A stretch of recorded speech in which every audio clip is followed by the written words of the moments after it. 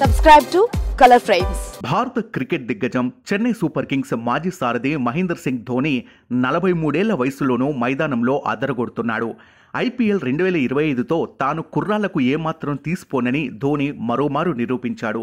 IPL 18 సీజన్లో భాగంగా Mumbai Indians Chepauk స్టేడియంలో జరిగిన మ్యాచ్లో ధోని కళ్ళు చెదిరే స్టంపింగ్తో అందరినీ ఆశ్చర్యపరిచాడు. ఈ మ్యాచ్లో ముంబై ఇండియన్స్ ఇన్నింగ్స్ సమయంలో 11వ over leg spinner Noor Ahmad వేయగా ఆ ఓవర్ 3వ బంతిని సూర్యకుమార్ యాదవ్కు గూగ్లీగా సంధించాడు. అయితే గింగిరాలు తిరుగుతూ వచ్చిన ఆ బంతిని సూర్యకుమార్ యాదవ్ క్రీజ్ బయటకు వచ్చి భారీ షాట్ ఆడేందుకు ప్రయత్నించాడు. కానీ బంతి వెంటనే టర్న్ అయి సూర్య బ్యాటుకు దాటుకుని వికెట్ల వెనక్కి వెళ్లిపోయింది. అంతే బంతిని రెప్పపాటులో అందుకున్న ధోని 0.12 సెకండ్ల వ్యవధిలో స్టంపింగ్ చేసేశాడు. దీంతో కాలు క్రీజ్లోకి పెట్టినా అప్పటికే బెయిల్స్ పడటంతో సూర్య కనీసం వెనక్కి తిరగకుండా పెవిలియన్ వైపు వెళ్లిపోయాడు.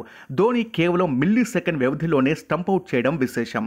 ఇందుకు సంబంధించిన వీడియో ప్రస్తుతం సోషల్ మీడియాలో వైరల్గా మారింది.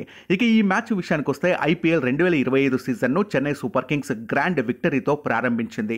ముంబై ఇండియన్స్తో జరిగిన మ్యాచ్లో 4 వికెట్ల తేడాతో ఘన విజయం సాధించింది. ఈ మ్యాచ్లో తొలుత బ్యాటింగ్ చేసిన ముంబై ఇండియన్స్ జట్టు నిర్ణీత 20 ఓవర్లలో 9 వికెట్ల నష్టానికి 155 పరుగులు చేసింది. ముంబై జట్టులో యువ ఆటగాడు తిలక్ వర్మ 31 పరుగులు చేసి టాప్ స్కోరర్గా నిలవగా దీపక్ చాహర్ 28 పరుగులతో రాణించాడు. చెన్నై బౌలర్లలో స్పిన్నర్ నూర్ అహ్మద్ 4 వికెట్లతో దుమ్మురేపగా ఖలీల్ అహ్మద్ 3 వికెట్లతో అదరగొట్టాడు. అనంతరం 156 పరుగుల లక్ష్యంతో ఛేదనకు దిగిన చెన్నై సూపర్ కింగ్స్ జట్టు 19.1 ఓవర్లలోనే 6 వికెట్లు కోల్పోయి ఛేదించింది.